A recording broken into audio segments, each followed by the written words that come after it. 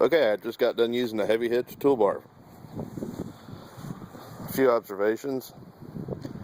They might want to remarket this as a Category 1 thing, and the lift on this 400 lifts really high. I mean, it'll lift my cultivator up to here, but it doesn't go high enough for this attachment to work. I mean, I'm clearing the ground by about half an inch, and the discs themselves are probably not more than 100 thousandths from hitting the bottom of the rail there. So what I'm going to try and do in the future, I'm going to take these bolts, I'm going to take them out, and I'm going to put shorter ones in to lift these arms higher. I'll just have to watch how much weight I put on here to keep it from getting too tippy, because I could gain quite a bit of height that way. So that's what I need to do. The other thing with the Heavy Hitch and the toolbar attachment is it takes 1/2 inch pins. I didn't know that, so I had to go buy some, because everything I had was 5/8, because the hole in the hitch itself is 5/8, so I kind of wasn't expecting that. So I had to get the only pin long enough that they had at the parts store was one of those dildo pins that's got the little self-locking tip, and putting it in, I bumped the tip, and so it locked with it only being in one side. So I've got to cut that off to get that out. It's not a big deal, but just something unexpected. One thing that would be really cool is if they would get some of that sticker rule tape and put on here. That way you can have your measurements already on here, inch increments or whatever, so you don't have to fool around with the tape measure getting this thing all symmetrical. So that would be cool to have. That'd be a cool feature. But yeah, everything's real well built. Everything went together real well. Just adjustments on my end, and this thing will be perfect. See some of the little furrows I made.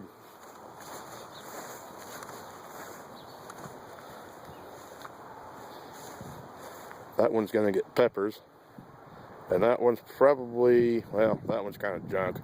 Found a big old rock.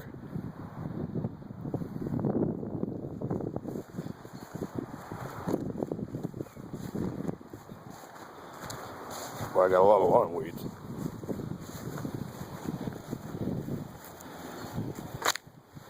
There's what you did. That's mostly going to be beans and melons and things going in those rows. Of course, I'm going to flatten them out on the top a little bit with the rake and then plant my stuff, but that gets them a little higher up off the ground. Because when it actually rains here, it usually comes down like 5 inches in 2 hours. So that'll help to keep things from drowning. That's, like I said, when it actually rains. So, and I did my potatoes. Yeah, another thing on that 400, the rims are totally rotted from the calcium inside. I tried to put air in one of the tires and the valve stem came apart. So I just stuck it back in there, and somehow it's still not leaking any more than it was. So I've got to get that situation resolved.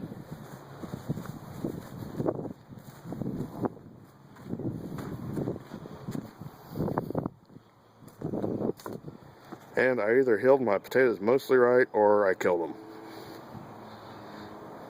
I should have set the disc a little further apart by the looks of things.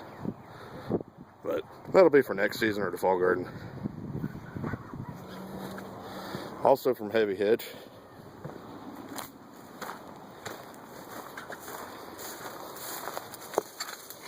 got the middle buster and potato plow.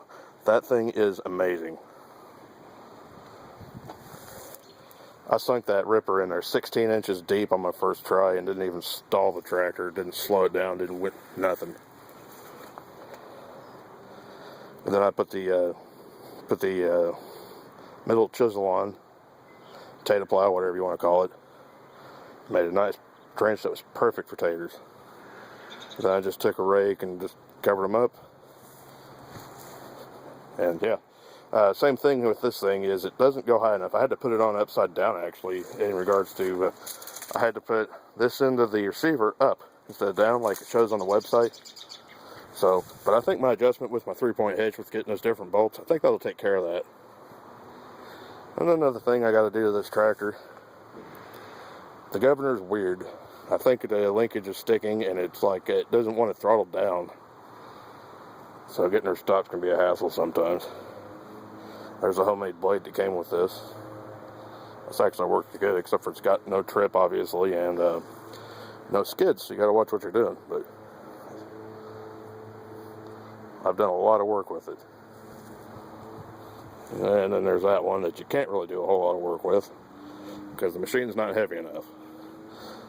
So it's mostly, it works good for moving my compost pile. That's about it. Just not enough weight. But now that I've got this will probably last forever now because when my other deers were broke, this got dirt work duty, and it did what it was supposed to do, but I can tell that it's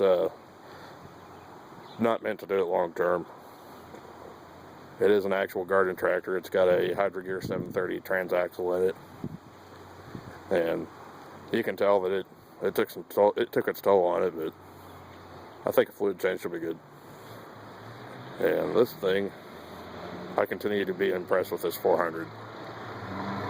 So much more of a tractor than that 318 was. Not that the 318 is bad by any means, but that 318, when I got my fat ass on there, I feel like I'm going to tip it over all the time. This thing is solid as a rock. So, yeah.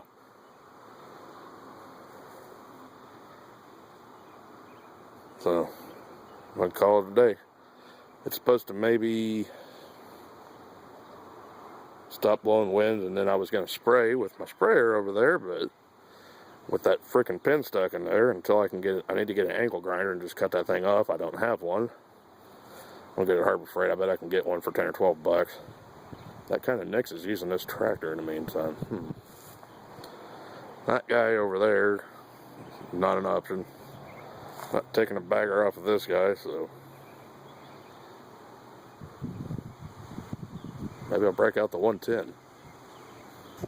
We'll see. Anyway, enough of my rambling. Bad part is I'm not even drunk yet. Bye.